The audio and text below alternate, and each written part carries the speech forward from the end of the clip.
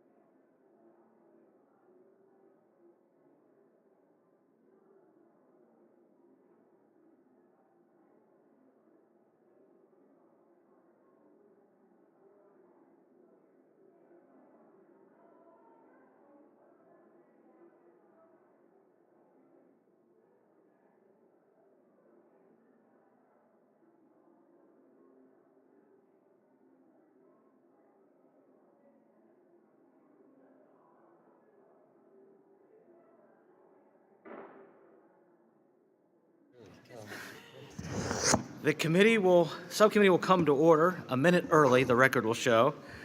Welcome to the Ways and Means Subcommittee on Health, Hearing on Promoting Integrated and Coordinated Care for Medicare Beneficiaries. It is my pleasure to welcome our four witnesses today as we continue our discussion on the Medicare program and the different integrated care delivery systems offered to our seniors, including those up for extension this year.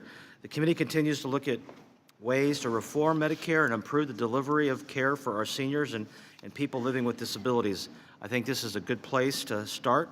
It's looking at some of the lessons learned from smaller programs that have offered targeted, coordinated care to some of the most frail and sickest beneficiaries in our Medicare program. Today is a great opportunity for us to hear about some of the impediments to providing value-driven care for the population and hear solutions that not only benefit seniors but taxpayers as well. PACE, or the Program for All-Inclusive Care for the Elderly, is an integrated care program that provides hands-on long-term care and support to beneficiaries who need an institutional level of care but continue to live at home. Although this program offers seniors and their caregivers a great opportunity to stay in the community and receive the care they need, the criteria for entering a PACE organization remains very restrictive. Additionally, the regulatory and administrative burdens of operating a PACE facility can often make it difficult for PACE organizations to expand and grow to serve more beneficiaries. Another integrated care option for vulnerable seniors is the Special Needs Plans, or often called SNPs. Congress must act by the end of this year to reauthorize SNPs in order for seniors to continue to have access. Yet, we continue to find challenges surrounding care coordination and delivery in certain types of SNPs. Due to the lack of integration of benefits and administrative burden of offering a SNP plan, CareSource, a managed care plan offered in my district, has delayed offering SNP plans in their current form. While continuing to offer other insurance products that serve dual-eligible beneficiaries, CareSource finds the integrated model that they are using in Northeastern Ohio to be a better, more effective, and more efficient model to serve dual-eligible beneficiaries, one that reduces provider burden and ensures that patient receives the care and support needed to meet their total health care needs. Today, we will hear from our panel of experts on the benefits and challenges to PACE and SNP operations, as well as its enrollees. We will also explore different bipartisan options for changes to these key programs and others within the Medicare Advantage space, such as value-based insurance design, that are needed to increase efficiencies, quality, beneficiary experience, and enrollment. As the Medicare population continues to grow, it is important that we continue to look at how we can move from volume to value-based across all parts of our Medicare program. Today, we will hear about how we can allow more plan flexibility within the MA space through incentivizing the use of high versus low value care, and have the potential to lead to lower costs for both taxpayers and beneficiaries while improving health and quality outcomes. I now yield to our distinguished ranking member, Mr. Levin, for the purposes of an opening statement. Thank you very much, Mr. Chairman, for holding this hearing. I would like also, as you did, to thank our witnesses for joining us today. We have an impressive panel that has prepared a number of thoughtful comments and recommendations. I'm pleased to see that it includes a fellow Michigander. This hearing is about new models to coordinate and integrate care for Medicare beneficiaries, especially those who are dually eligible for Medicare and Medicaid. These 11 million Americans are among the most vulnerable members of our society. More than 40% are under 65 and live with disabilities, and many have very complex health care needs. In the past, we have had a bipartisan commitment to providing high-quality care for this population, and hopefully this will continue. Unfortunately, the recent actions of my Republican colleagues suggest that this may no longer be the case. Last month, the House passed an ACA repeal bill that would slash Medicaid by more than $800 billion over the next decade. And 2 weeks ago, President Trump proposed a budget that would further cut Medicaid by $600 billion. These cuts would have a major impact on the people who are the subject of this hearing. Cutting Medicaid will hurt those 11 million Medicare beneficiaries who are dually eligible for both programs and who depend on Medicaid to provide services and cover expenses that Medicare doesn't. For example, Medicaid reduces out-of-pocket costs for low-income beneficiaries and pays for important services that Medicare does not cover, including long-term care. Ending the ACA's Medicaid expansion and switching to per capita caps or block grants would shift health costs onto beneficiaries and leave many without Medicaid coverage at all. This will reduce access to care and put financial strain on low-income seniors and people with disabilities. I hope we spend time this afternoon discussing this important issue. We are also here to examine 3 specific models for delivering care to Medicare Advantage enrollees. Special needs plans are the most prominent of the models we will discuss today. Currently, nearly 2.3 million Americans receive coverage through these plans, which are tailored to the needs of specific populations of beneficiaries. Special needs plans are particularly important to those who are eligible for both Medicare and Medicaid. Authorization for the program, as you said, Mr. Chairman, expires next year, and I look forward to working in a bipartisan way on an extension that maintains quality while promoting better care and stronger protection for beneficiaries. We will also discuss PACE. This model has shown promising results by providing coordinated care to frail elderly populations. Although its footprint is small, PACE has allowed thousands of Americans to maintain their independence by providing nursing home level care in community settings. As we consider the future of this model, our focus must be on ensuring that quality remains high and that we do not sacrifice our standards in the interest of expansion. This is particularly important now that for-profit enterprises are eligible to participate in PACE. Both of these models, special need plans and PACE, help provide care for beneficiaries who rely not only on Medicare but also on Medicaid. Finally, we will discuss value-based insurance design, or VBID, a proposal to reduce healthcare costs by promoting high-value care. This model is in its infancy in Medicare, and we still need to learn more about its impacts on the program and on beneficiaries. To be a success, VBID must show meaningful improvements in efficiency without reducing access to necessary services. I hope to hear more from our witnesses, from all of you, about our options for this model moving forward. Once again, I thank the chairman and the panel for joining us, and I look forward to very constructive back and forth. Thank you, Mr. Chair. Thank you, Mr. Levin. Without objection, other members' opening statements will be made part of the record. With that, I'd like to introduce today's witnesses. First, we'll hear from Ms. Gretchen Jacobson, Associate Director of the Program on Medicare Policy at the Kaiser Family Foundation. Thank you for joining us today. Next, we'll hear from Ms. Cheryl Wilson, Chief Executive Officer at St. Paul's Senior Services. I appreciate you traveling all the way from California to be with us. After Cheryl, we'll hear from Mr. David Grabowski, a professor at Harvard Medical School and recent MedPAC appointee. Congratulations, by the way, on that appointment. We look forward to working with you on other Medicare policies that come before this committee in the future as well. And last but not least, from what we in Ohio call the state up north, and from the school up north, Dr. Mark Fendrick from the University of Michigan. Is that your son behind you? Is he an Ohio State guy? Oh, I like that. Very good. I like that. Very good. Say that again. Michigan State. I like Michigan State. Dr. Fendrick is Director of Value-Based Insurance Design Center at the University of Michigan. He's also Professor of Internal Medicine at the School of Medicine and Professor of Health Management and Policy in the School of Public Health at the University of Michigan. He received his BA from the University of Pennsylvania, however. That's good. And his MD at the at Harvard Medical School. So welcome all of you. As you kind of notice, I'm in a little rush because we have to go vote. I think what we'll do now, if everyone agrees, we'll go vote, we'll come back, and then we'll hear from Ms. Jacobson and the rest of you shortly. Sorry for the little break, but with this, we're gonna break for a little bit, and we'll be back. Thank you. I expect to see you there. Votes don't mess us up. I will be there. And it's the best one. You're fancy, fancy. Agree? One of them is.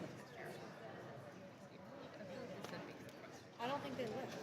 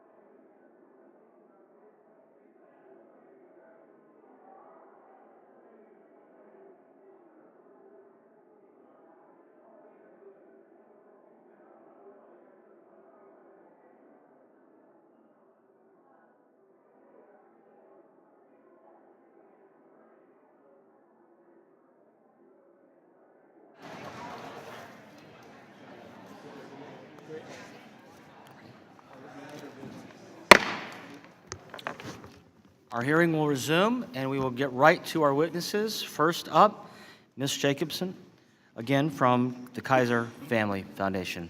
You're recognized for 5 minutes. Mr. Chairman and members of the subcommittee, I am Dr. Gretchen Jacobson of the Kaiser Family Foundation.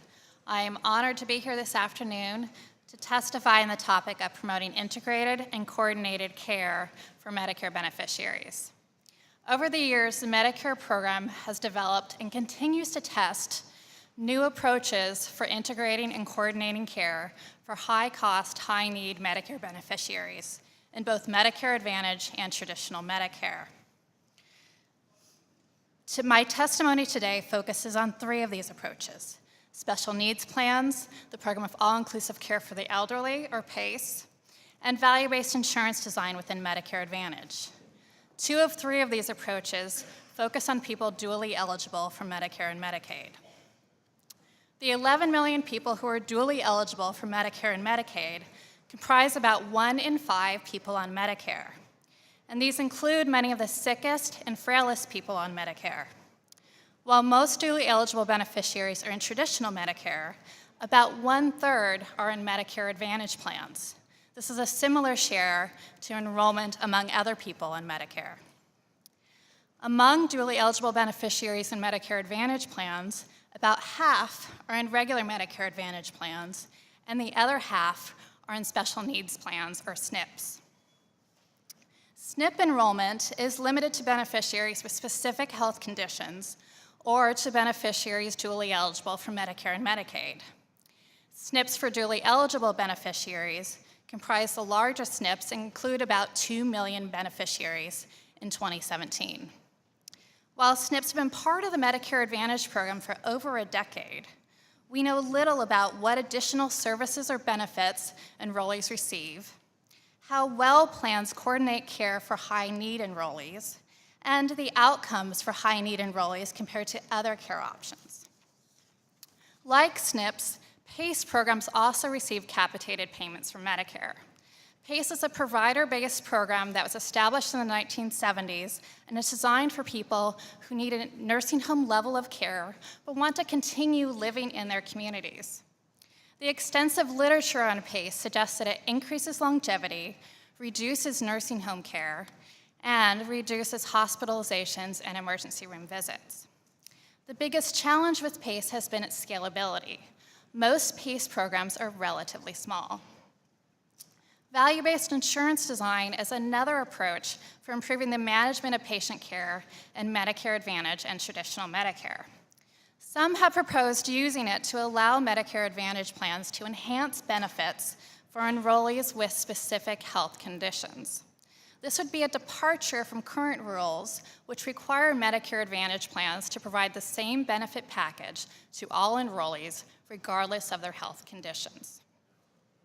This year, CMS began permitting Medicare Advantage plans to test a value-based insurance design model with specific chronic conditions. My full testimony raises several questions about value-based insurance design, the largest of which is who should really decide which providers and services should be designated as high value. Overall, it's critical to properly evaluate these programs not only because of the growing number of people in them, but also because many of the enrollees are some of the sickest and frailest people on Medicare. It's important to make sure delivery systems are supporting them rather than putting them at risk. Also, if the programs are shown to be effective, it is worth exploring how to broaden the programs to include other people in Medicare Advantage plans and traditional Medicare with high needs and high costs. Appropriately managing the care of high-cost, high-need Medicare beneficiaries, many of whom are dually eligible for Medicare and Medicaid, could help ensure the fiscal sustainability of both Medicare and Medicaid in the years to come. At the same time, it remains important to ensure that adequate protections are in place to retain access to health care services, providers, and quality of care for the sickest and poorest on Medicare.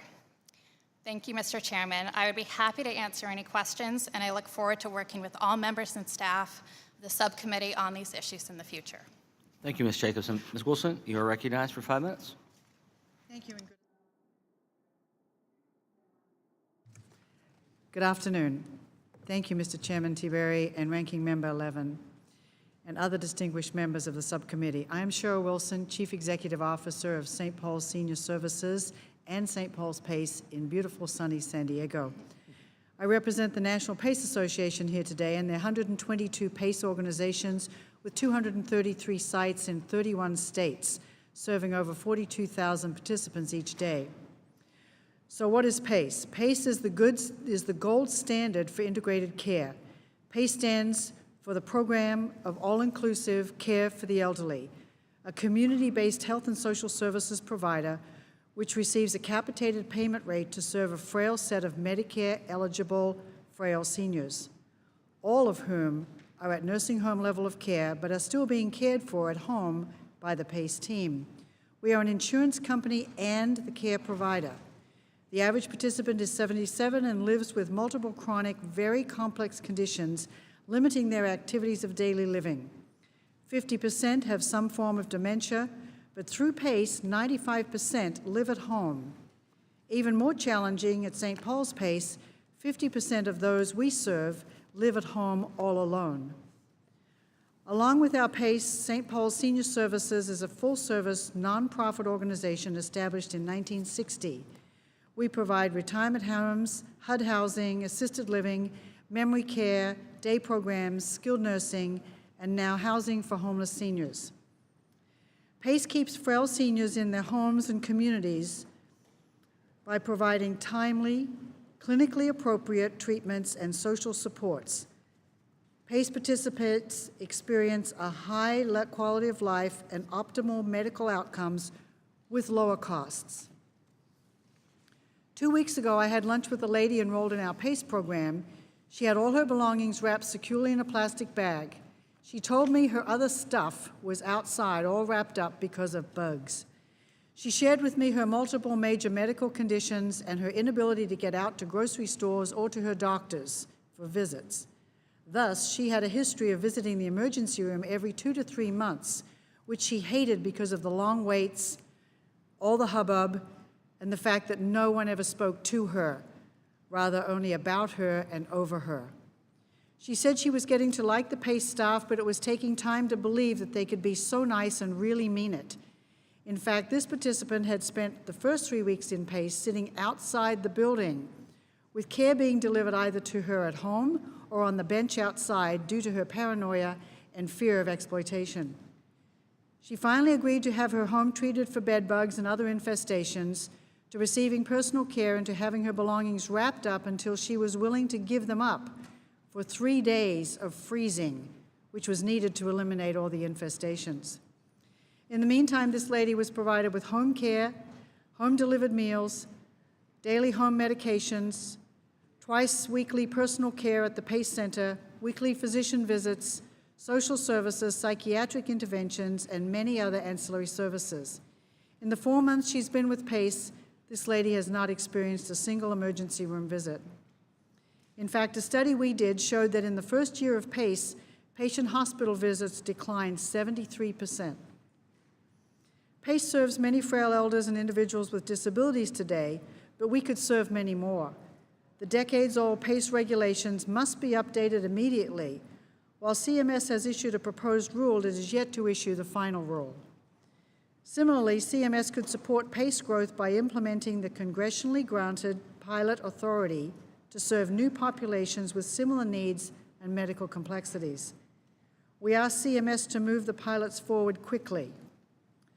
Other steps forward are some statutory improvements to enable PACE to better serve Medicare beneficiaries. PACE has incorporated many of the reforms promoted by Medicare, including coordinated care and integrated financing. PACE has proven to be a good value to taxpayers. If you haven't visited, please go to visit a PACE site in your state, and if you don't have a PACE site, ask why. In all my years in healthcare, I know that PACE is the very best model of care as professed to me by Health and Human Services Secretary Tommy Thompson over 15 years ago. Thank you for listening to me, and I look forward to answering your questions. Thank you. Mr. Grabowski, you're recognized for 5 minutes. Great, thank you. Good afternoon. My name is David Grabowski, and I'm a professor in the Department of Healthcare Policy at Harvard Medical School. I would like to thank Chairman Tiberi,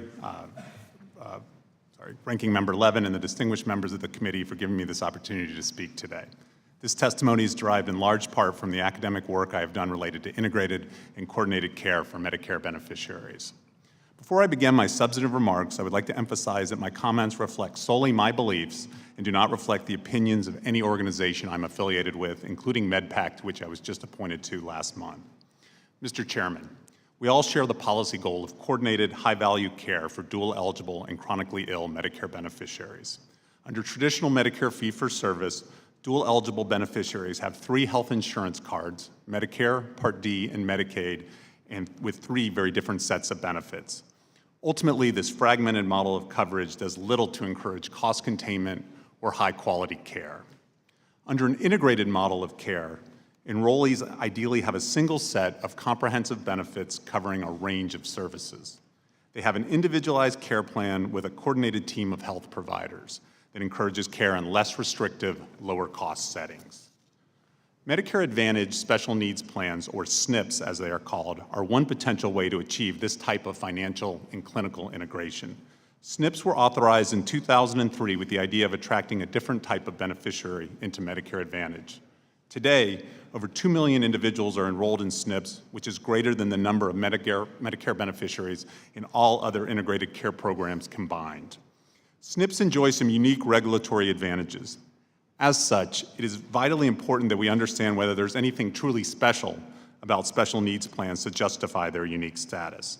2 areas where SNPs have the opportunity to provide benefits are through improved quality and better integration.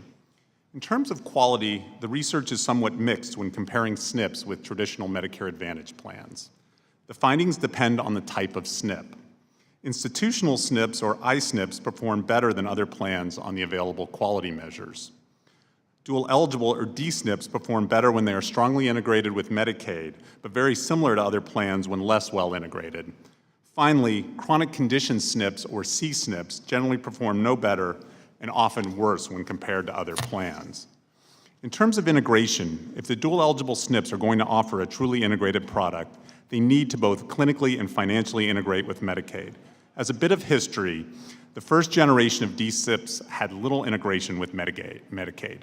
Beginning in 2008, the D-SNPs were required to have a contract with Medicaid. In response, most D-SNPs simply established a contract for case management of Medicaid services. Today, most D-SNPs are still not at risk for Medicaid spending or accountable for Medicaid outcomes. This is not true integration. Moving forward, Mr. Chairman, I want to highlight 4 areas of opportunity for Medicare policy. First, all D-SNPs should be both clinically and financially integrated with Medicaid. Otherwise, it is hard to make a case for this model over regular MA plans. Second, SNPs must show that they offer higher quality to beneficiaries. If certain models like C-SNPs do not generally perform better than regular Medicare Advantage plans, we need to reconsider whether this model is working for beneficiaries. Third, payments to SNPs for those full duals should be commensurate with the cost of covering these individuals. Historically, risk adjustment is not properly accounted for the frailest beneficiaries.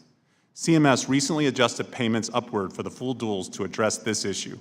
I would encourage continued oversight on the adequacy of payments and risk adjustment. Finally, relative to other models like PACE and the VBID demonstration, SNPs have not been comprehensively studied by CMS in over a decade. If we're going to continue to put public dollars into this program, we need a more rigorous and nuanced understanding of which SNP models work for which Medicare beneficiaries. In summary, the theory of integrated care underlying the SNPs is incredibly compelling. In practice, however, we have not achieved meaningful integration in the majority of SNPs to date. Reforms that encourage true integration will help ensure high-value care for our frailest Medicare beneficiaries. Thank you, Mr. Chairman. I look forward to your questions.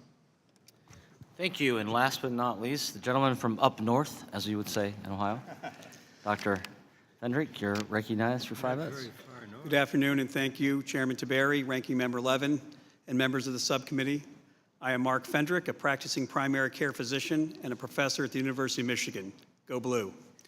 Mr. Chairman, I applaud you for holding this hearing because access to quality health care and containing Medicare costs are among the most pressing issues for our national well-being and economic security. Moving Medicare Advantage from volume-driven to a value-based program requires a change in both how we pay for care and how we engage consumers to seek care. Yet, before today's hearing, little attention has been directed to how we can alter beneficiary behavior to make MA more effective and efficient. Today, I urge you to support the bipartisan effort to allow MA plans across the country to incorporate value-based insurance design to help members become better health care consumers. I could tell you with great confidence that my Medicare patients could care less how much the federal government spends on health care, but they do care deeply about the amount they have to pay out of pocket to get the care they need. With rare exception, MA plans implement cost sharing in a one-size-fits-all way, in that each beneficiary is charged the same amount for every doctor visit, every diagnostic test, and prescription drug. People ask me all the time whether the amount of cost sharing faced by MA members is too high or too low. The answer, as every clinician knows, is it depends. But asking MA members to pay more for all services, despite clear differences in clinical value, results in decreases in the use of essential care, the care I beg my patients to do. And this cost-related non-adherence negatively impacts our most vulnerable patient populations. So I see this blunt one-size-fits-all approach as penny-wise and pound-foolish. Does it make sense to you, Mr. Chairman, that my MA patients pay the same co-payment to see a cardiologist after a heart attack as to see a dermatologist for mild acne, or pay the same prescription drug copayment for a life-saving drug that treats diabetes, cancer, or depression as one that makes toenail fungus go away?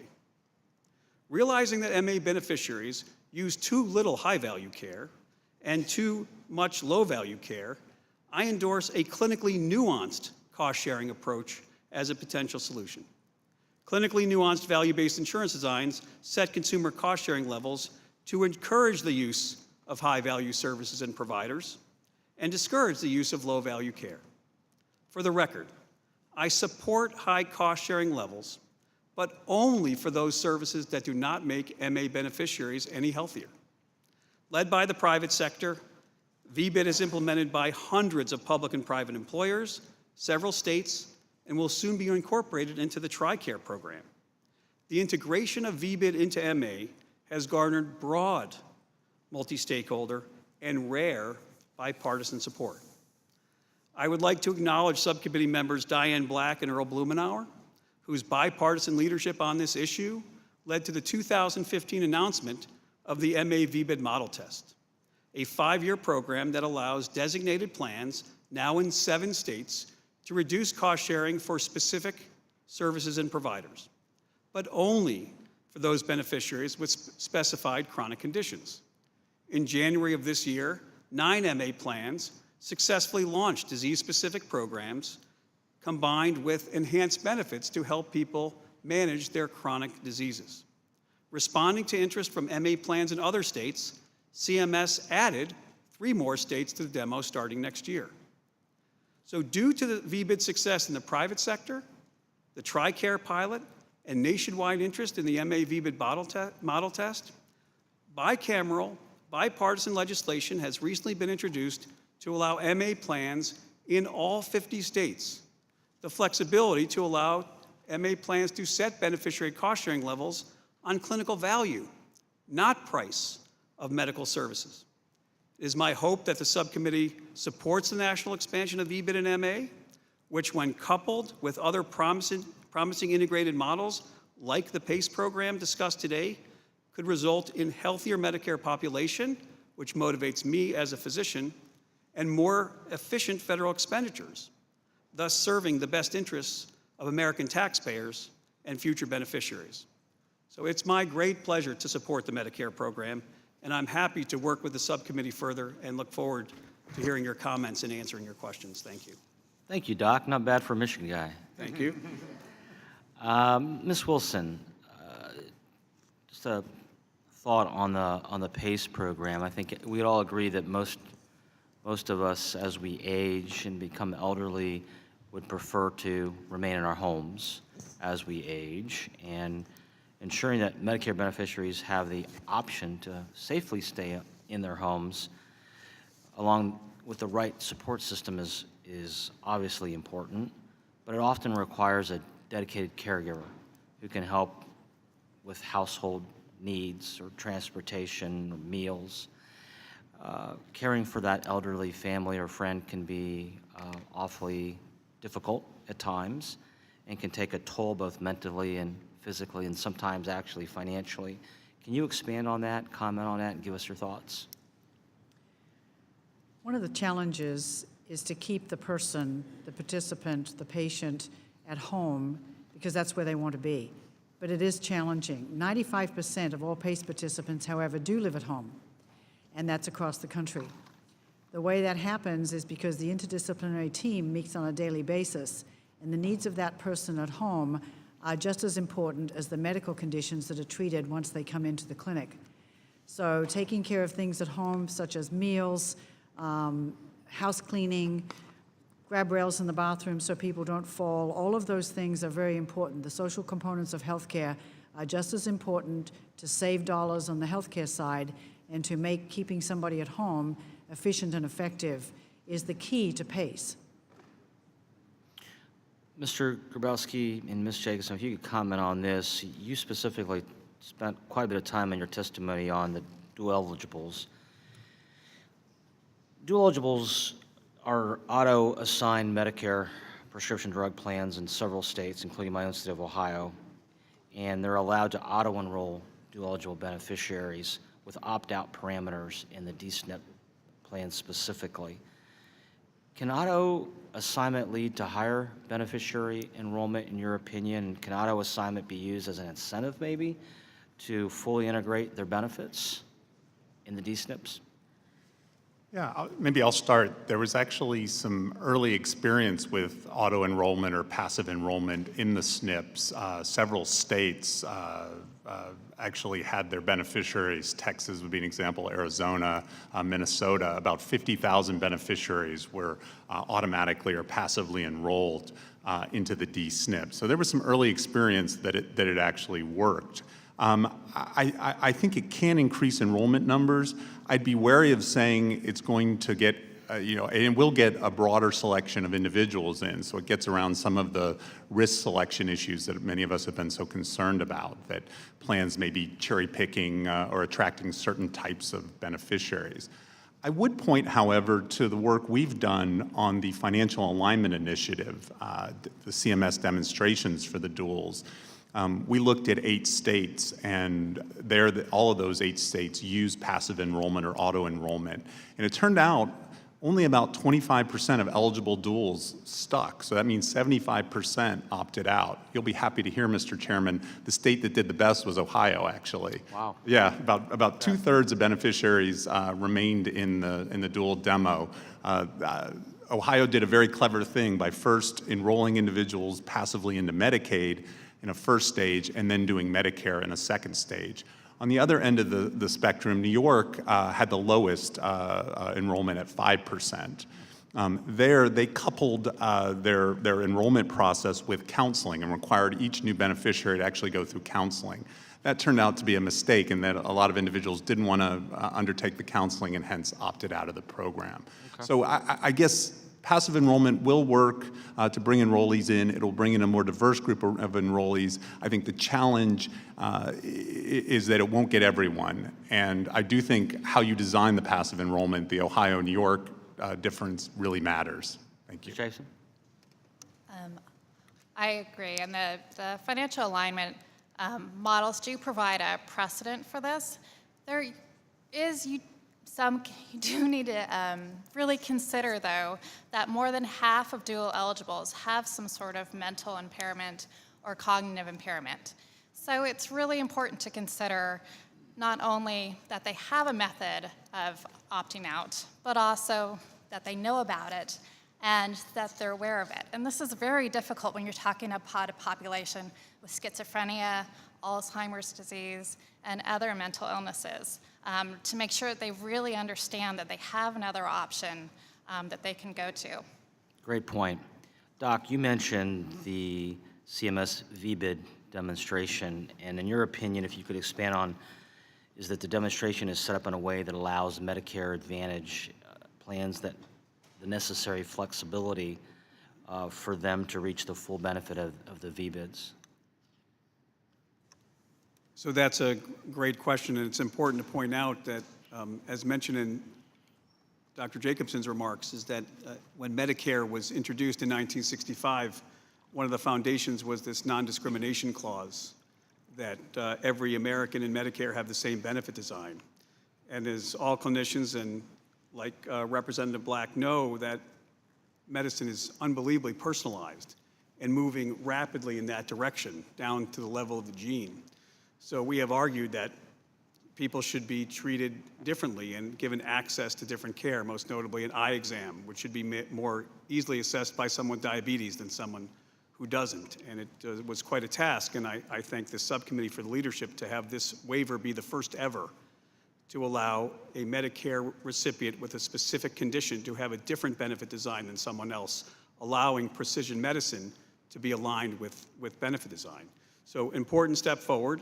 3 of the states that are expanding to next year are represented on this committee, and I think that there is movement afoot by CMMI to allow greater flexibility and uptake of these programs. Most notably, one is that the conditions are designated by CMMI. I think the plan should have a little bit more flexibility to decide which population should be available to have greater access to certain services and providers.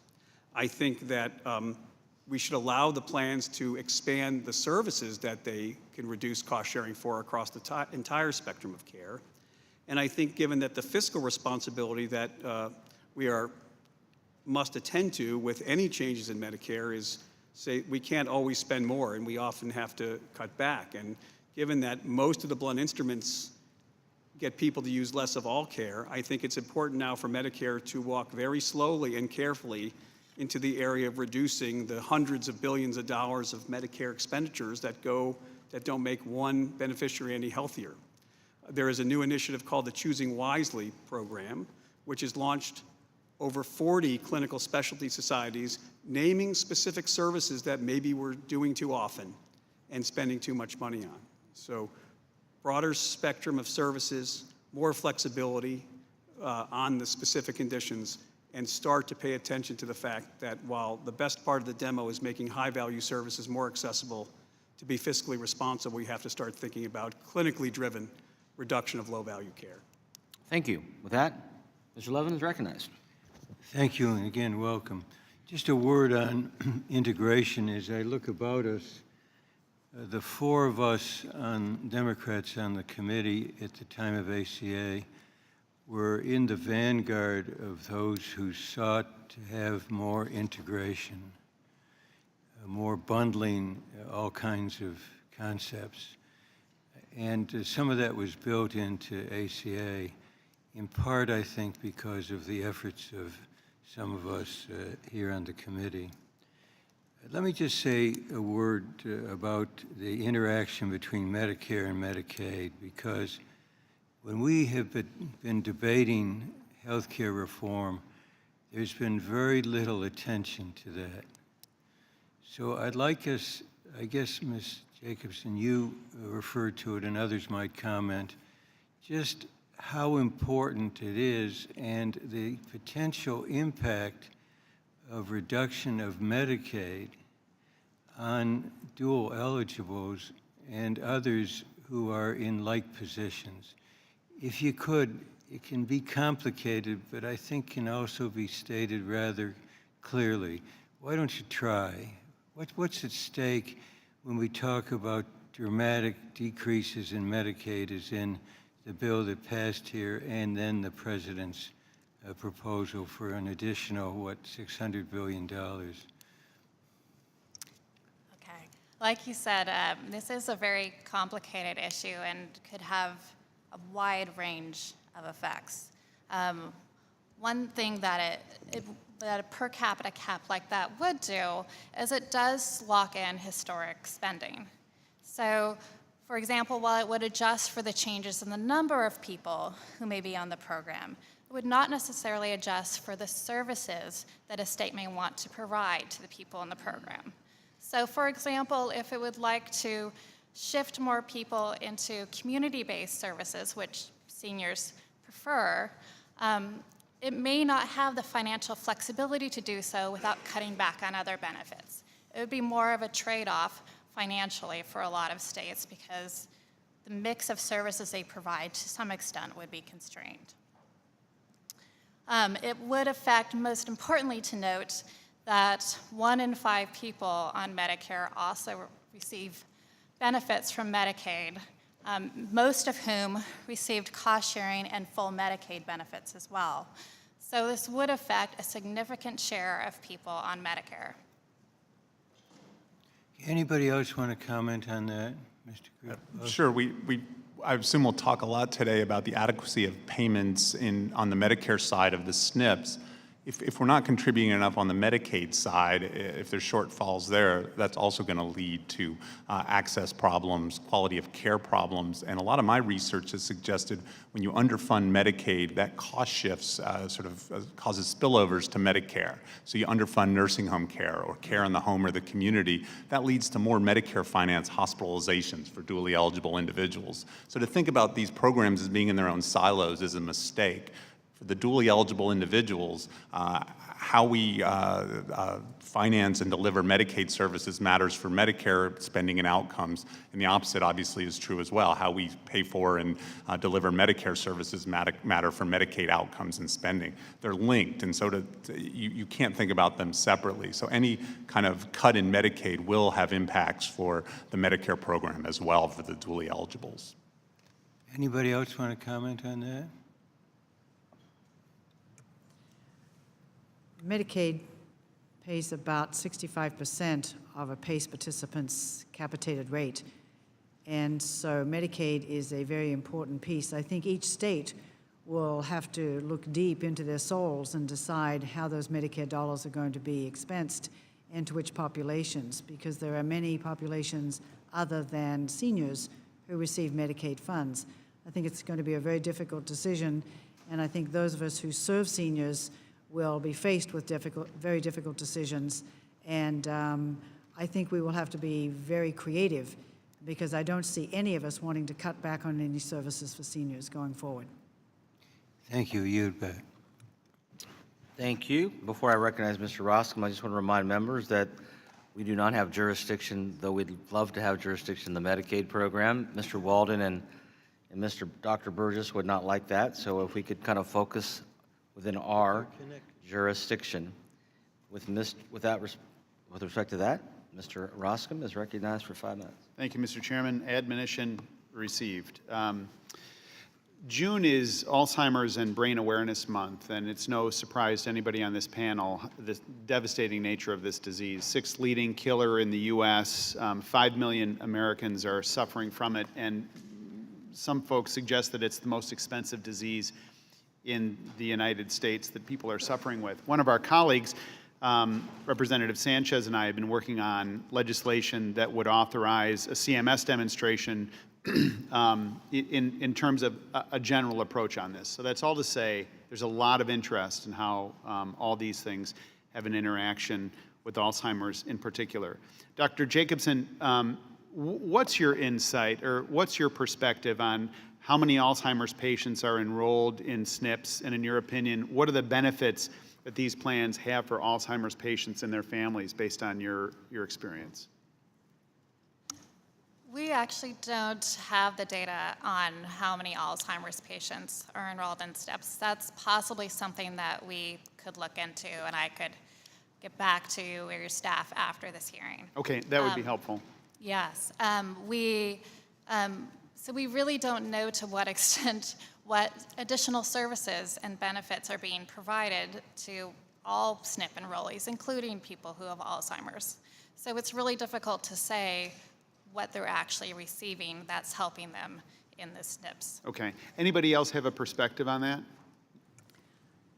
In PACE, 50% of our population has some form of dementia or Alzheimer's disease. And it's a challenge. It's truly a challenge. So moving forward, we need to deal with this. We are dealing with it very well in the PACE program right now. We're able to still keep those people at home. As I mentioned before, some of them are living alone at home. But it is something that we are seeing as a future problem as the population grows. Okay. Although we can't give you the exact number, there are undoubtedly a number of individuals with dementia in the different SNP models. I can say there are very few chronic condition SNPs focused just on dementia. The majority of those C-SNPs are focused on diabetes. I think just given the prevalence here, we actually need to do better across the board in dementia care. I don't think a specialized model is really the way forward. I would prefer to see all all Medicare Advantage plans get better at dementia care. That trying to build more specialized models, I don't think is the best path forward, just given the numbers you already cited. Okay. Dr. Fendrick? Briefly, just for the reasons that you state, Mr. Roscom, I was very pleased to see that not only were 3 states added to the VBID demo for 2018, but 2 conditions were added as well, which dementia was one. So we're very hopeful, since many of the states represented on this subcommittee are actually in those demo states, that the 7 original states in Michigan, Alabama, and Texas, all represented here, would talk to their Medicare Advantage plans to encourage them to step away from diabetes, heart disease, COPD, the more common conditions now in the current demo, and think outside the box and move to explore a VBID MA dementia model that would, I think, lead to the increases in care that you're looking for. Okay. Thank you all. Thanks, Mr. Chairman. I yield back. Ms. Sewell, you are recognized for 5 minutes. Thank you, Mr. Chairman. Today we're talking a lot about saving costs and increasing value in the Medicare program. The reality is that we're not going to save costs in the long run if we don't improve outcomes. For our most vulnerable Medicare beneficiaries, especially our dual eligible, transportation barriers are often linked to poor outcomes. My office gets calls from seniors in my district who face both transportation and financial barriers to accessing basic health care services. Whether you're in an urban or a rural resident, if you are disabled and elderly with limited income and no access to a car or public transportation, even a few blocks can be the difference between you going to the doctor or not. My constituent, Eva, is 81 years old. She's dual eligible in Selma, my hometown, Selma, Alabama. She is diabetic, and when she has to go to the doctor, having no transportation, she really depends upon the neighborhood boys to drive her there. When Miss Eva's Social Security check doesn't make ends meet, she can't afford to pay the neighborhood boys to take her to the doctor, so she misses many appointments. In addition to diabetes, Miss Eva has a disease that doesn't allow her to cut her own toenails, a more advanced disease of diabetes.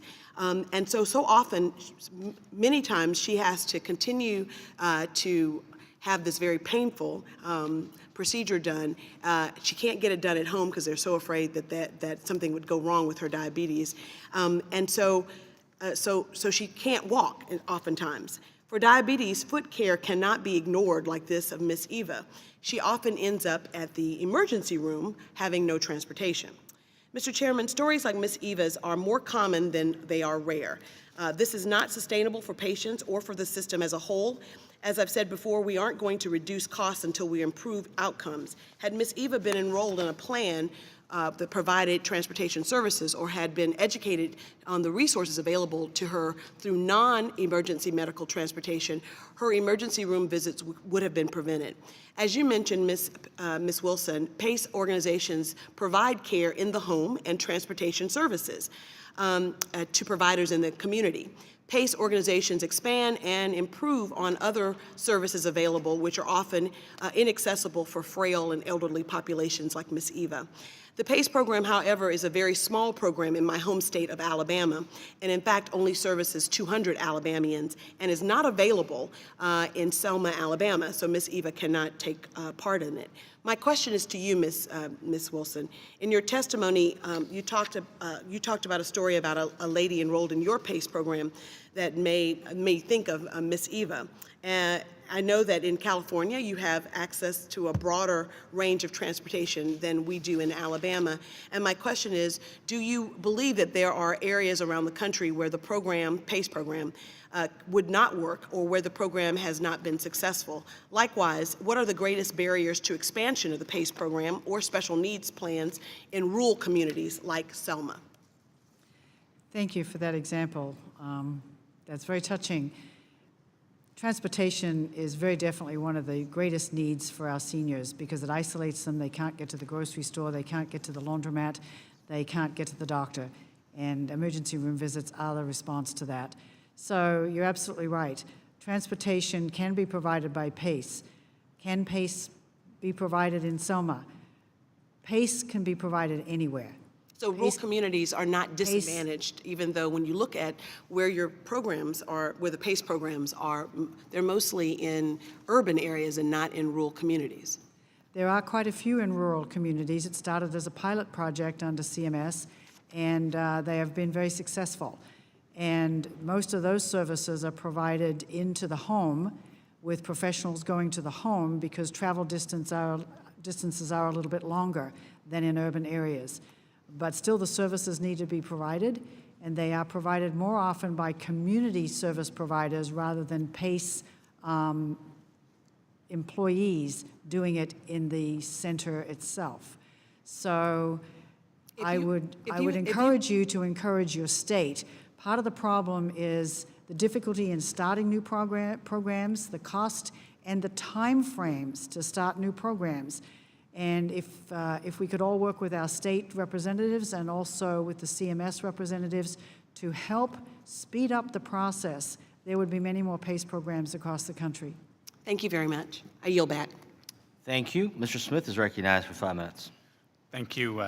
Thank you to our witnesses here today, and certainly I appreciate the perspective. My colleague just raised some concerns about rural areas and perhaps the flexibility. I know that flexibility in general has afforded a lot of Americans within Medicare Advantage some options, and I think that is helpful, but it certainly hasn't really provided as many options for what I would say rural residents and then residents of very remote areas. And sometimes those services just are hard to come by, and whether it's Selma or whether it's ranch country in rural Nebraska, that there are some vast areas there that I hear, from various seniors, their concerns. But I'm just wondering if you would like to elaborate at all on what was already asked, or what other innovative ideas you might have, Mr. Grabowski, or Doctor, I guess it is, if you would care to elaborate.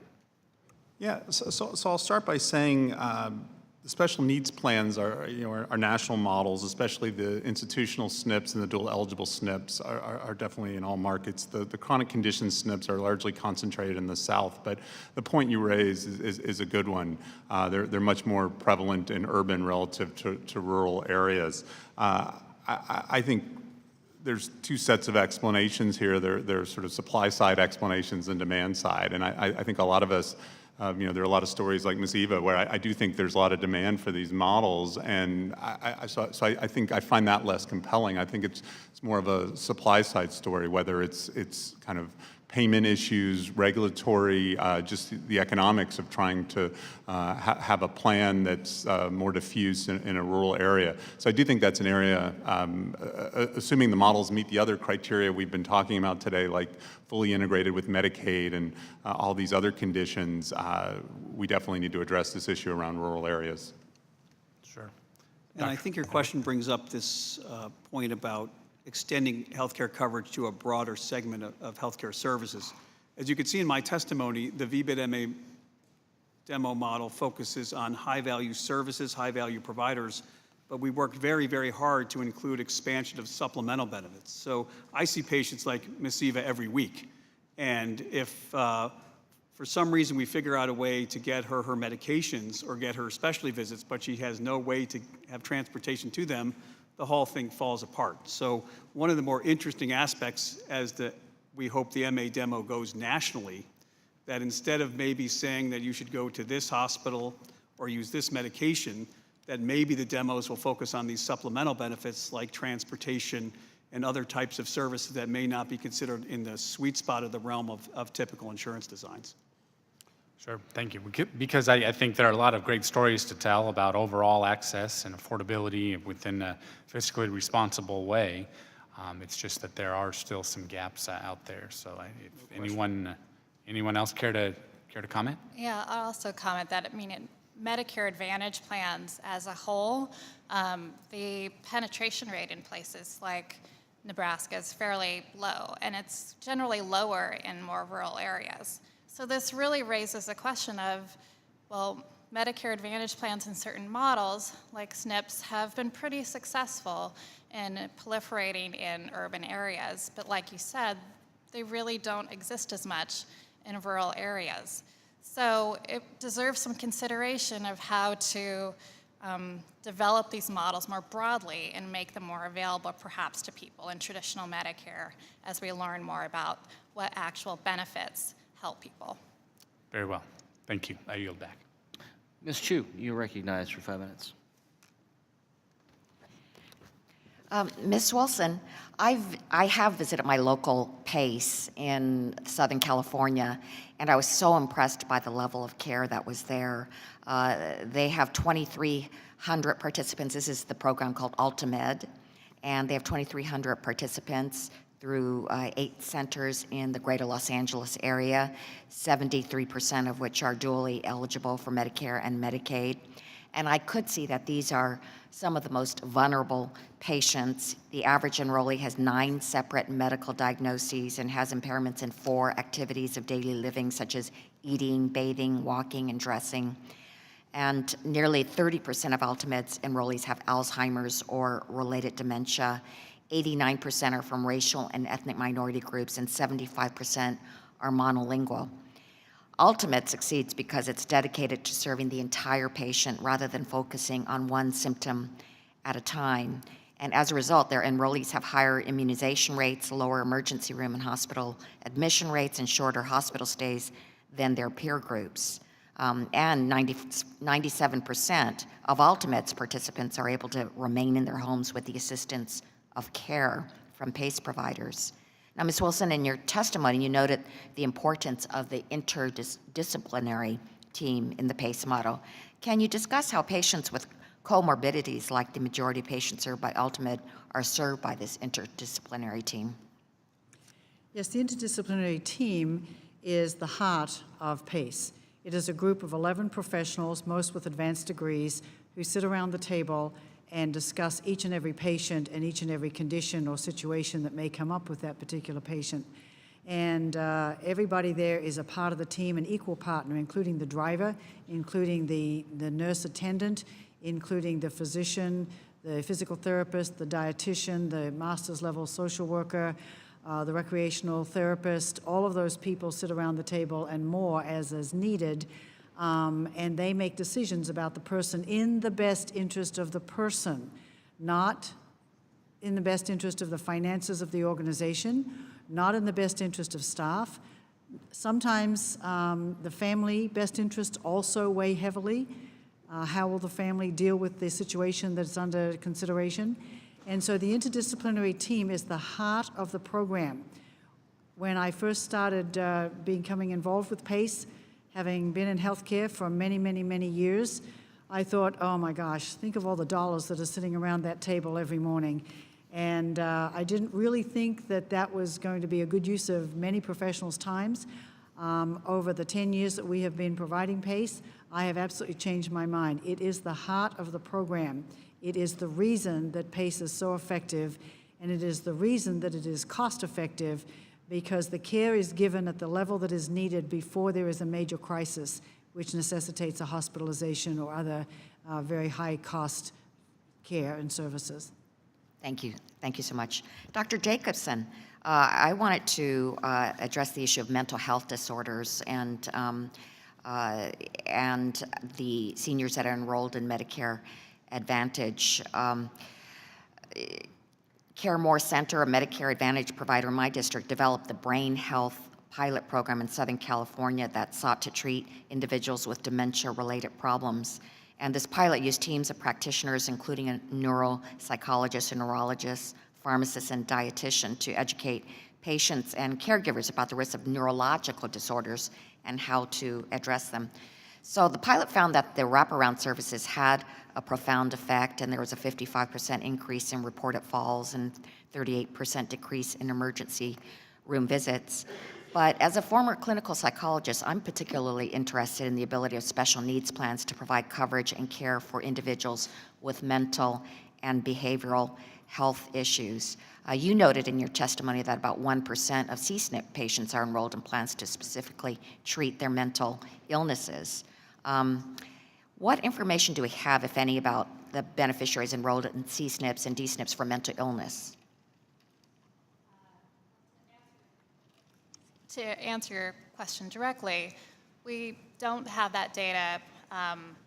It's possibly something that we could look into, and I'm happy to talk further with your staff about that after the hearing. There are a few things sort of to emphasize in this, though. For example, the CSNP that you mentioned is the one CSNP that focuses on mental illnesses. It's only available in Southern California. That again emphasizes that these plans are not offered across the country. You really need to, it really depends upon where you live in terms of whether you have access to this.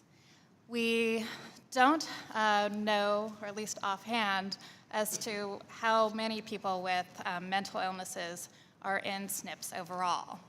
One thing to emphasize, though, is we have noticed that people who are under the age of 65 who are on Medicare, many of whom have mental illnesses, are underrepresented in Medicare Advantage plans. And we really don't understand why they're not enrolling in Medicare Advantage plans at the same rate as other Medicare beneficiaries.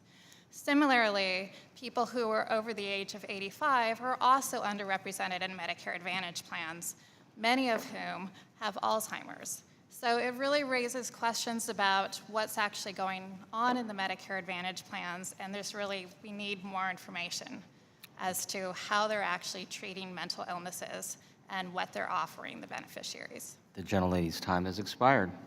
Ms. Jenkins is recognized for 5 minutes. Thank you, Mr. Chair, and I thank the panel for being here. Ms. Wilson, thanks for your testimony regarding the PACE program.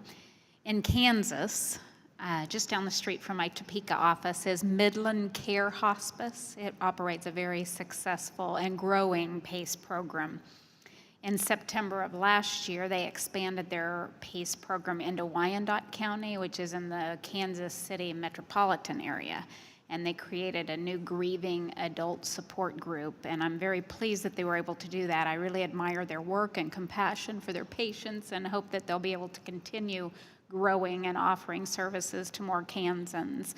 I have a question about the expansion of PACE and your thoughts on that topic. As you can tell from the questions on committee today, many of us represent rural communities, and Midland Care PACE program there in Topeka serves rural counties in the 2nd Congressional District in Kansas. It's a wonderful program that is a real lifeline for many vulnerable seniors and people living with disabilities. I understand that CMS issued a PACE regulation almost a year ago that is still pending. Were there any flexibilities included in that regulation that would encourage PACE programs to expand to rural areas? Yes, that's one of the priorities for the National PACE Association, is to have that PACE regulation approved. The proposed rule we need to get is out, but we need to have the final rule. It should be ready to go. All the comments are back to CMS, and there are flexibilities, especially for rural areas, and that is being able to use community physicians to be able to change the interdisciplinary team that I mentioned earlier on, so that you don't have to have 11 professionals around the table, that you can have the select few that need to be there in relation to that particular resident or that particular participant and their particular issue. The CMS guidelines that would come out will be very, very helpful to expanding PACE and doing it a lot more quickly. Additionally, the pilot programs that were approved by Congress and are still waiting to be implemented by CMS, that will allow us to reach out and do many more programs and reach many more populations that we currently are not allowed to do. So we are waiting for CMS to pull the trigger, and would be happy to have NPA work with you, Ms. Jenkins, on anything that you might need in order to help your state move forward on some of those issues. Excellent. We'll look forward in helping you do that. As a follow-up in your role at Leading Age and the National PACE Association, what would have been some of the concerns that you heard from your local PACE program operators and staff regarding the burden of federal regulations or the confusion that a lack of regulation causes on them, and what can we all do to help ease those concerns? Well, I don't think there's a lack of regulation, ever, at CMS.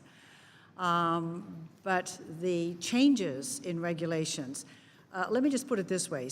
PACE started as a pilot project with Unlock in San Francisco 45 years ago. And because it was a pilot project, there were many, many regulations and requirements imposed upon it to see whether or not it would be reasonable to continue the program.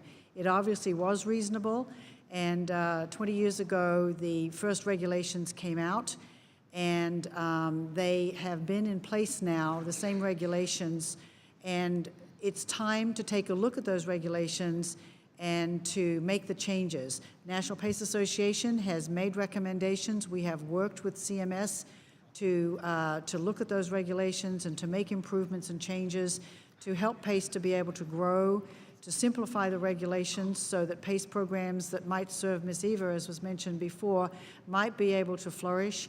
And we need CMS to, as I said, pull the trigger. And if you can make a few phone calls to whomever you may know in that department, then that might help them to understand the importance of their work related to the PACE Innovation Act and also the proposed rules.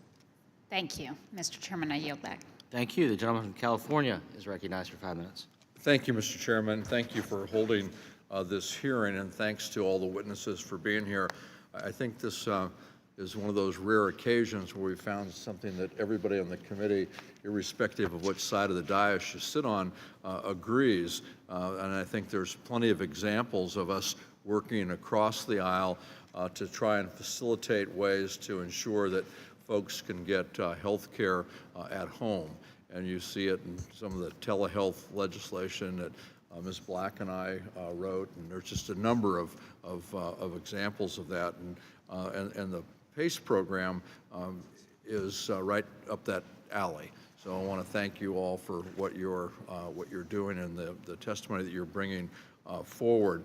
I don't have a PACE program in my district, and but I know my constituents would like to be able to expand their access to health care while being in the comfort of their home. And maybe start with Ms. Wilson. Can you talk about some of the hurdles that organizations may face in creating a PACE program and what Congress and/or the administration could do to support the launch process? Well, first of all, help us to pass those regulations, encourage CMS to pass them. Second of all, the process to start a new PACE program is long and arduous. It's about 2 years. And to develop a PACE site takes about between $7 to $9 million. That includes the upfront costs to develop purchase the program, purchase the land, build the building, outfit the building, and then have the monies on hand, because it takes 1.5 to 2 years in order to break even with the current payment methodology. Those upfront costs are never reimbursed. Those are costs that not-for-profits fundraise for traditionally.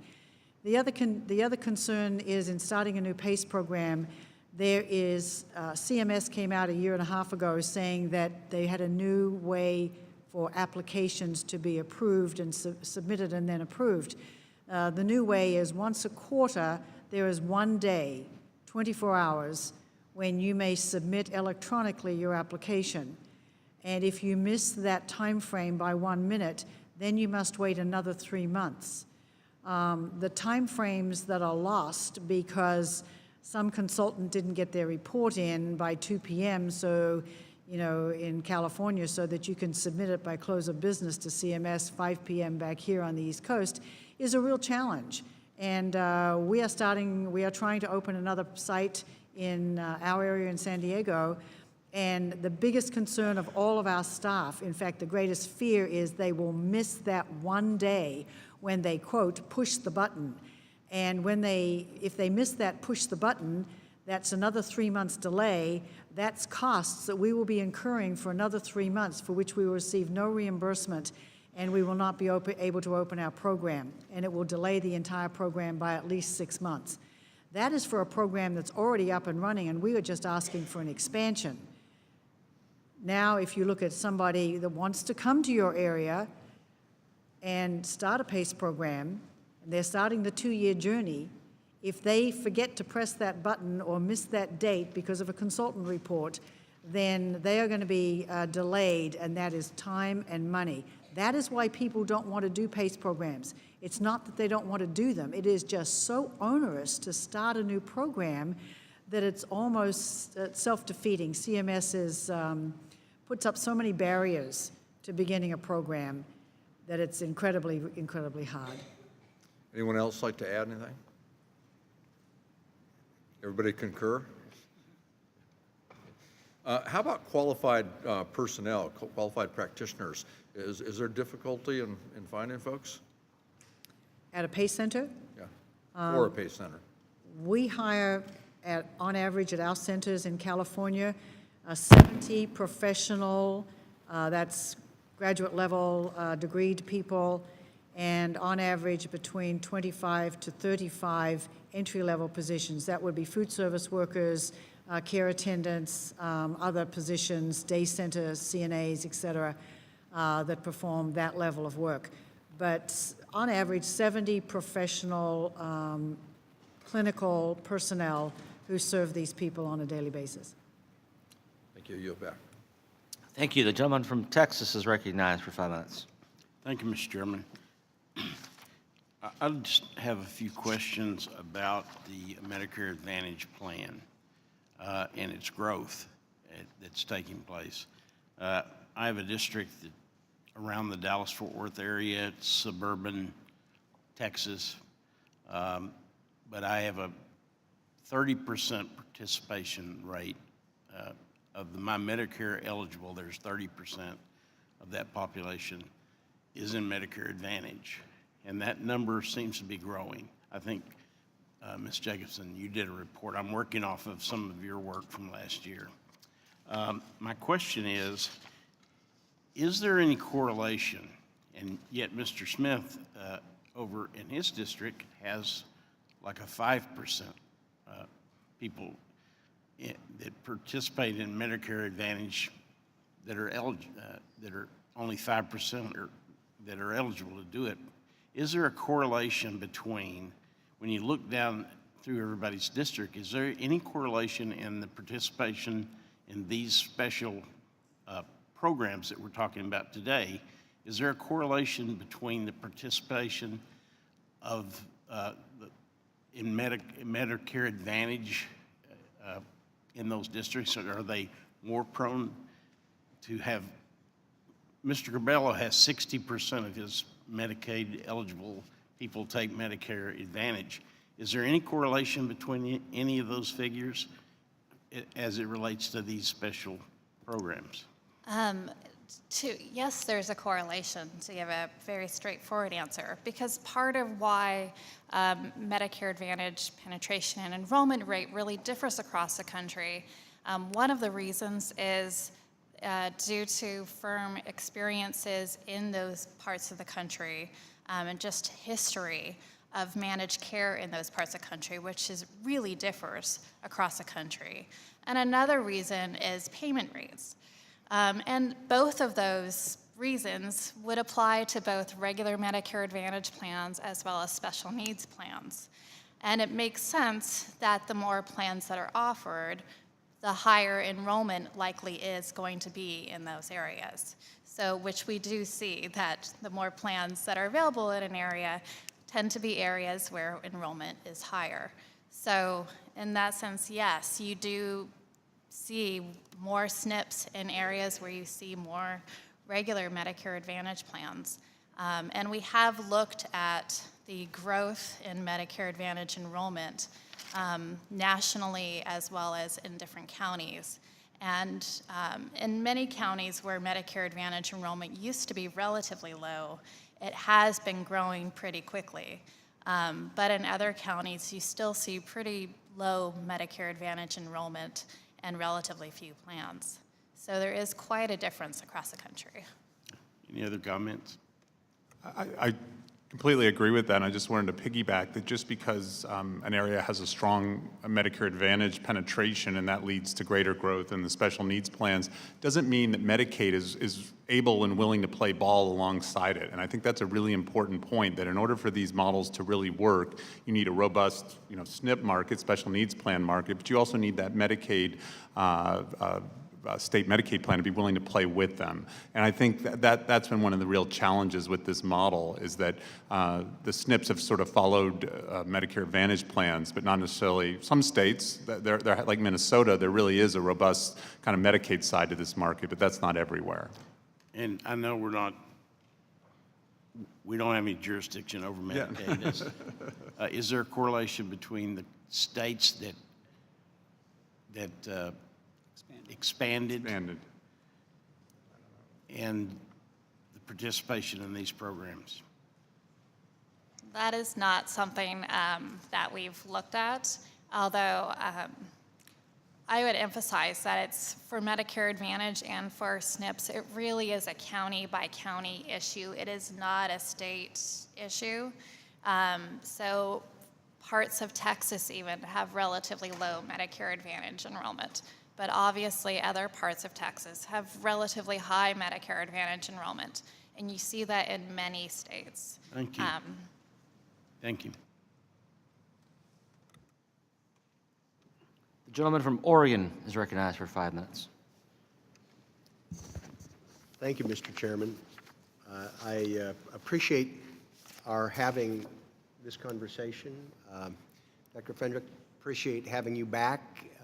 I am continue to be quite enthusiastic about the simple logic that you described, some of the work that's underway. I appreciate you giving us some specifics that you think might make a difference to accelerate the progress. And Mr. Chairman, I would hope that this would be an area that we could spend a little more time. As you know, Congresswoman Black and I have had legislation in the last couple sessions.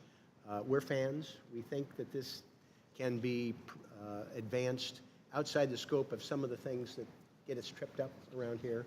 And I think there's some really powerful evidence that we can help provide better care and bend the cost curve. But there's just one area, Doctor, that I would seek your advice and counsel, because there are questions about the applicability for VBID in very low income populations who aren't involved with a co-payment, can't afford more, or some of them have no cost sharing. Do you think that there are ways that this can be applied in value-based design to be able to get around this, to be able to provide the power of the concept for people who don't have that type of co-payment or capacity to pay more? So first off, thank you for the kind words. It's happy to be back, and it's a great pleasure to be talking about one of the rare bipartisan healthcare reform ideas. And I appreciate your work and Representative Blacks and others on the committee to make this happen.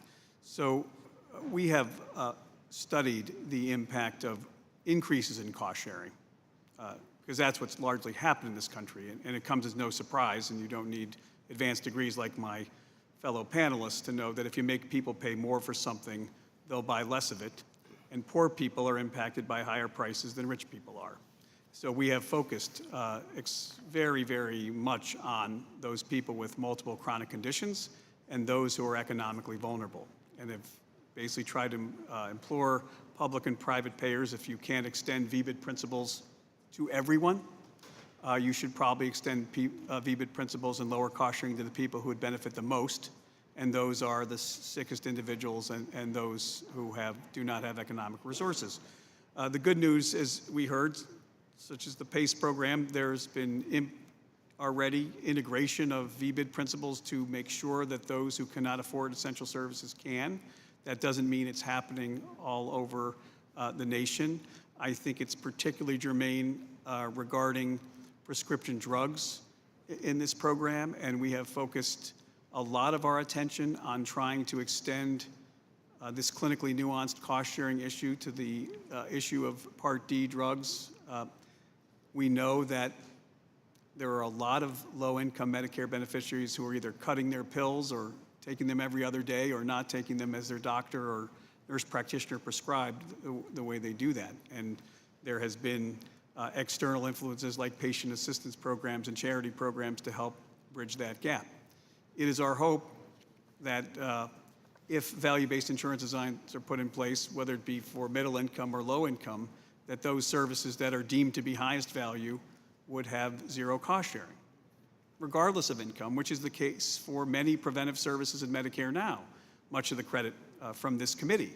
And we are hopeful that as VBID ideas are extended, particularly for those extraordinarily well-established high-value services, to Dr. Gretchen Jacobson's point is, I don't want to get into the areas where there's controversy when there are 20 years of evidence of quality metrics in the Medicare program. Let's start with those low-lying fruits. And if we can't extend them because of fiscal issues to every Medicare beneficiary, then obviously the best place to get a return on investment would be to focus those on the populations who are most likely to achieve benefit, and those are the low-income folks. Well, I'm hopeful that we won't ignore the areas of controversy, but I subscribe wholeheartedly to the notion, let's start where we can, establish the principles, spread the benefit.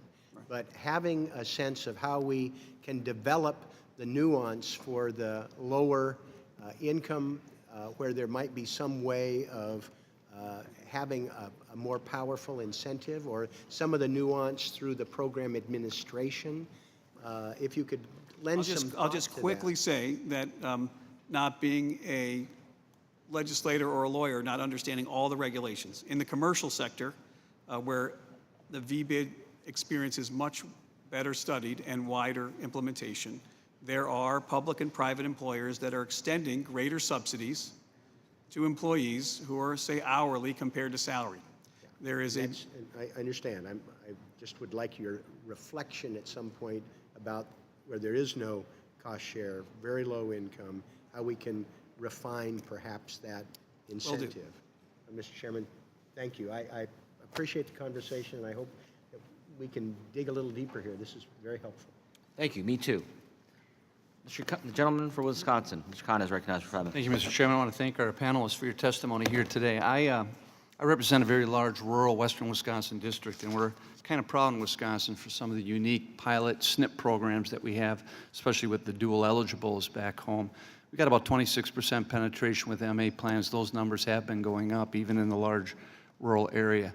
And I'm a big believer in trying to move the system to a more value, more quality, more outcome-based incentive system, whether it's through delivery system reform or payment reform. And Dr. Fendrick, with the value-based insurance plans out there, just how much more can we be pushing? How quickly and when can we start bringing this really to capacity so that we start seeing better results at a better price? So I think I appreciate that comment. I think a lot of people were talking about alignment in a different context earlier in the panel. I want to talk about alignment to you as I know you've been pushing for value and caring more about health than cost, even though we have to be fiscally responsible and clinically nuanced at the same time. Most of the major reforms going on in American healthcare, and particularly in Medicare, are these supply side or provider-facing initiatives trying to get clinicians like myself to behave different and better. And I think we've made marginal success in this regard, moving in that direction. We have not done the same for the patient-focused side. We have continued into this kind of one-size-fits-all design. And I think for me, to think the end-all is to find a situation where clinicians, hospitals, SNPs, ACOs, whatever, are aligned completely with the patient. That imagine now, Mr. Kind, I am paid a bonus to get my patients with diabetes to the eye doctor. Right. And my patients are in a plan for which they can't afford the deductible to go to the eye doctor for that exam. So my view about alignment is not more these granular issues. Imagine a situation which we are moving slowly in a bipartisan way toward, where both the providers and the patients are aligned over health, understanding that we have to be fiscally responsible in this regard. Well, we've got, numerous alternative payment methods out there, different pilots. I think one of the best things we created in the Affordable Care Act was a center on innovation, so we can start experimenting in these areas. But is there more? Is there another pilot or something that you envision that's a center on innovation ought to be setting up and working with in order to move down this path? Well, I'll stay with the chairman's theme of integration. I think that one is not so much creating new pilots, but getting pilots to think about one another. And since many of you are from rural areas, one of my favorite demos is the Pennsylvania Rural Health Model, which has been taken in a bipartisan way in that state. Again, many rural districts there to try to preserve and protect access to care for many of those individuals who live in those areas, but being fiscally responsible in that way. And this is largely at this early stage a way to deal with hospitals and clinicians there. And they're only just now thinking about how to better engage patients to get care locally when it's best for them, in that rare instance where they have to go to a center of excellence to go elsewhere. Yeah. But I want, again, many of these conversations are driven by dollars. And I love your theme of the fact that we have to think about health as well as dollars in moving these ideas. Mr. Grabowski, you've already mentioned about the importance of greater clinical financial integration, leading to better results in that. I think it's particularly pertinent with the dual SNPs as well, the Medicare and Medicaid overlap in that. What more can we be doing in order to encourage that type of integration of services? Yeah, I touched on this earlier in my remarks, but I really think pushing on Medicaid, once again, getting beyond simply having these contracts that consist of case management. I really want true alignment there where the Medicaid program is actually working closely, and the plan, the dual eligible SNP plan actually has some control over the finance. It's an truly integrated financial product. Another model that can often work is where the same managed care company has the dual eligible SNP plan and a Medicaid plan, and there's the opportunity to kind of align there. But if they're not kind of at risk for those Medicaid finances, you're not going to get that meaningful financial alignment up top, and that's not going to work on the delivery. How are we doing overall as far as the collection of data when it comes to quality measurements? Are we getting better? I think we're getting better, but I think in regards to this population, I think we have a long way to go. We've sort of had a one-size-fits-all model, as Mark just said. And that's really challenging because this is a really unique population with really unique outcomes. And the thought that sort of a 70-year-old Medicare beneficiary who's healthy will have the same kind of quality outcomes as a 80-year-old diabetic or an individual with dementia just isn't the case. Yeah, great. Thank you, Mr. Chairman. Thank you. Mr. Higgins, you're recognized for 5 minutes. Thank you, Mr. Chairman. You've all studied the Medicare Advantage program pretty extensively, and about 31% of the Medicare population is enrolled in Medicare Advantage programs. Pretty accurate? Did you say one? It's about 1/3 now. It's about 1/3, so, okay. A little less than 2 million are enrolled in special needs programs. It's about 12% of the Medicare Advantage population. As this population is frail and chronically ill, I presume that that consumes a disproportionate amount of the Medicare Advantage dollar. Do you have any estimates as to what was spent on the Medicare Advantage Special Needs Program last year or in 2015? We don't have specific figures of how much.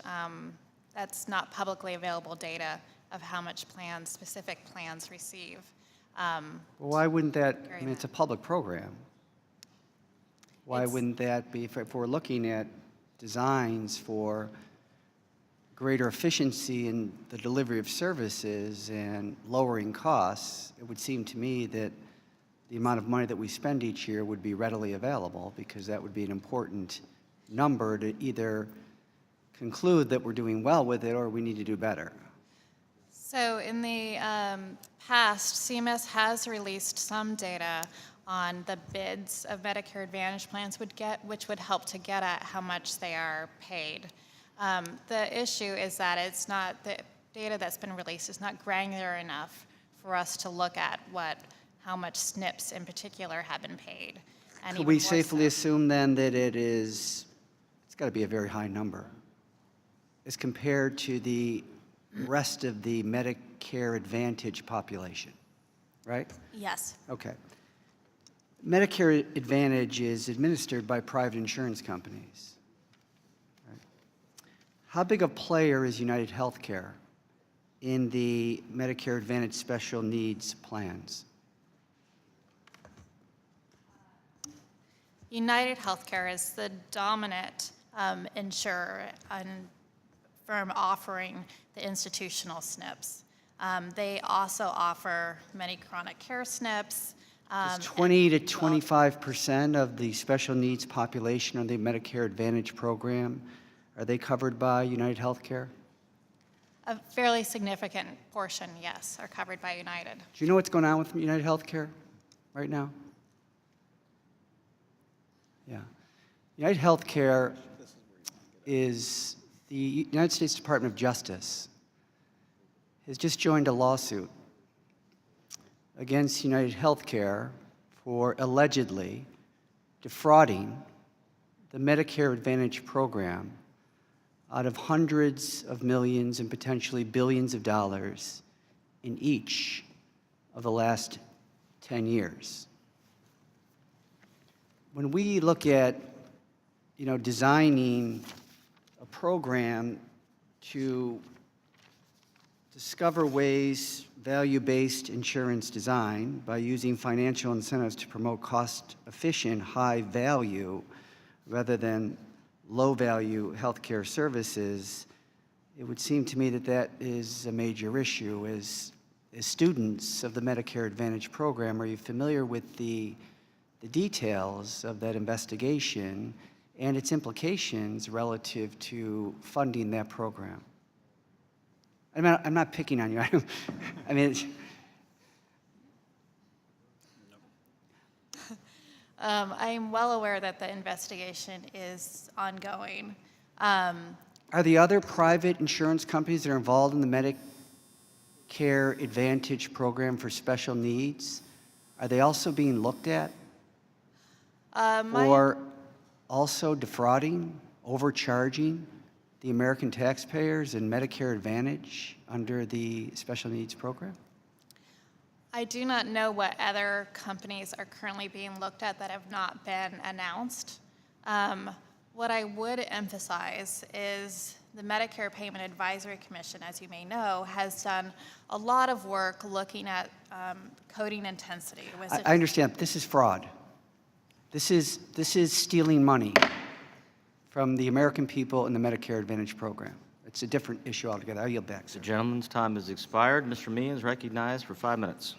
Thank you, Mr. Chairman, and I want to thank you, frankly, for holding this hearing, which I think is really focused on something which is so important, which is this effort to assure that we continue to look for innovative ways to deliver quality care while at the same time looking for ways to hold down costs. And I am moved by a couple of realities. One, the recognition that when we get to the Medicare Advantage population, we've got about 50% that consume about 3% of the costs, and then a very small percentage, 10%, that account for about the other 2/3.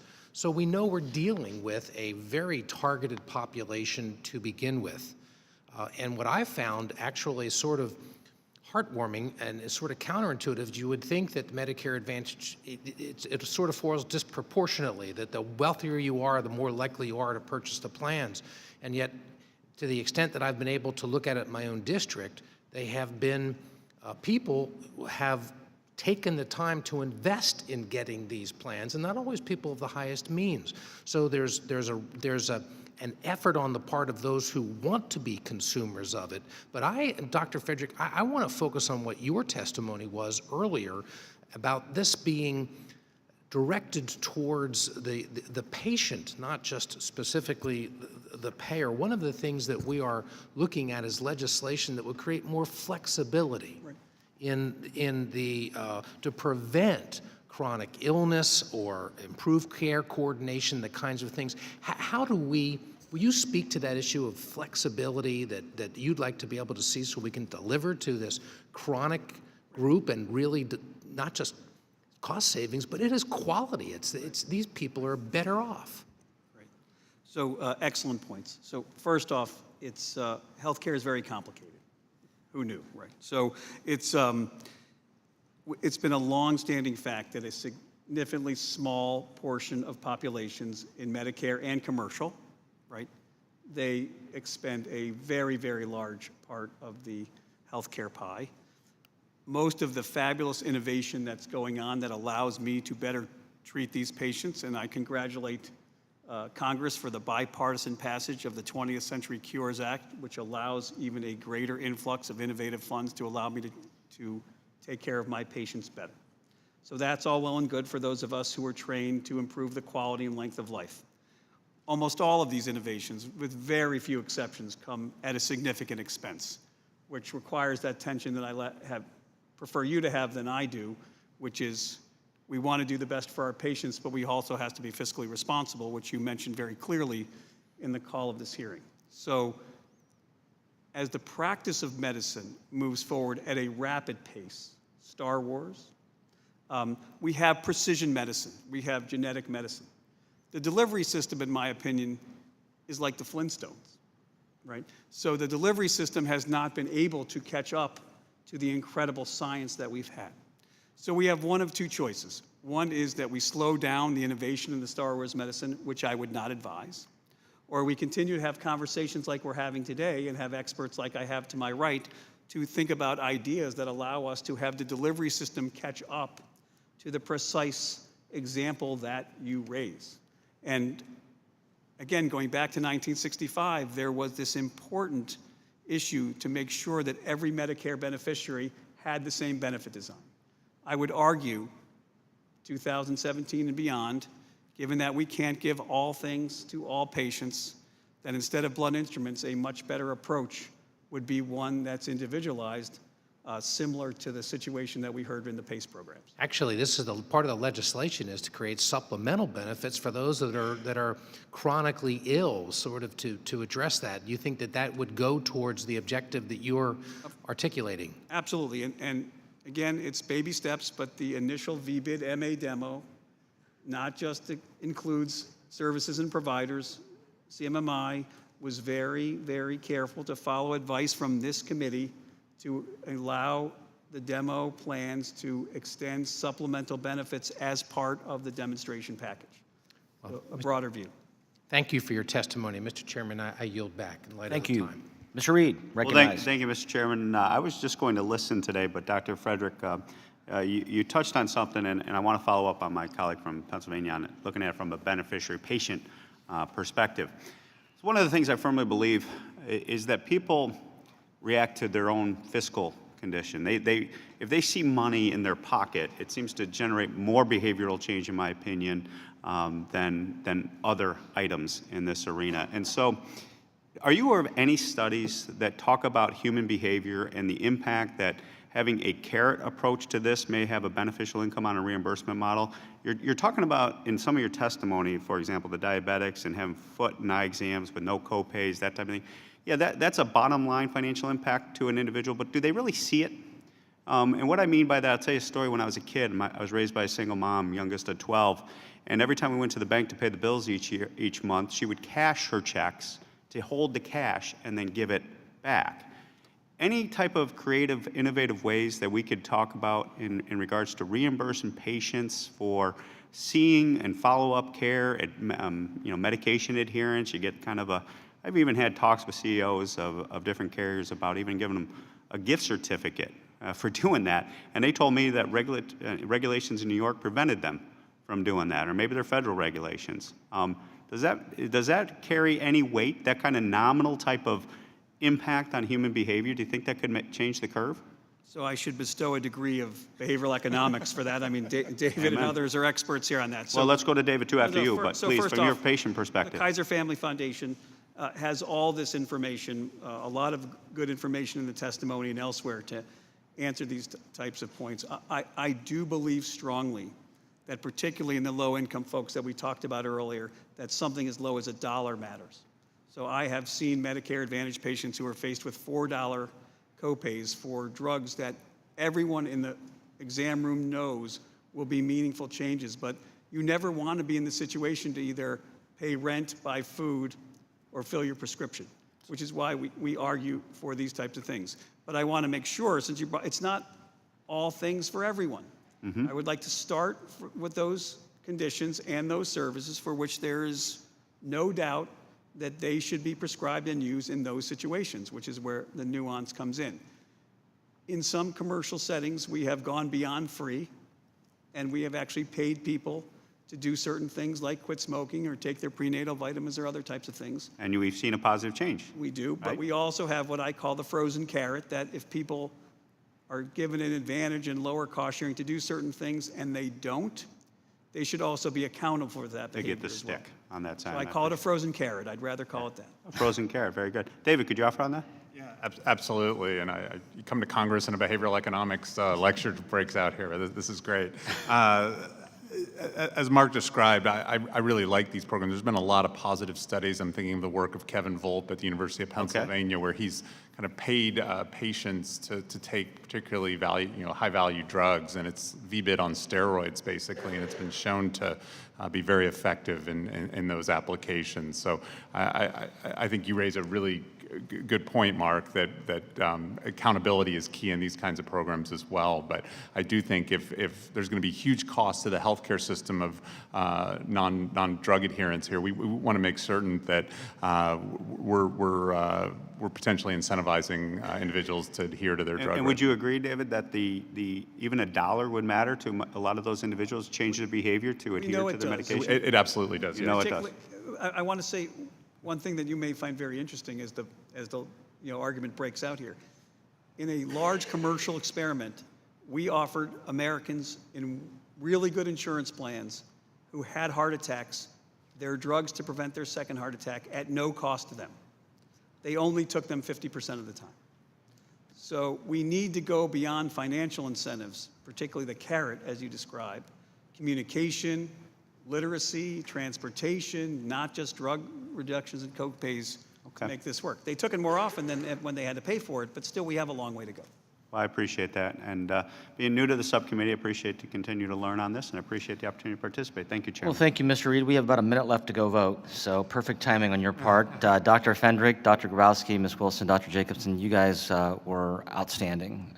Mr. Levin and I both were chatting here, and you've really helped bring along the debate as we move to make Medicare more efficient, both for taxpayers and for the patients that you see, Dr. Fendrick. So we appreciate your testimony today. Your answers were very good. Look forward to working with you in the future.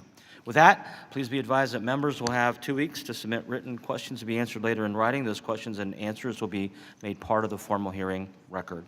With that, the subcommittee stands adjourned. Thank you all.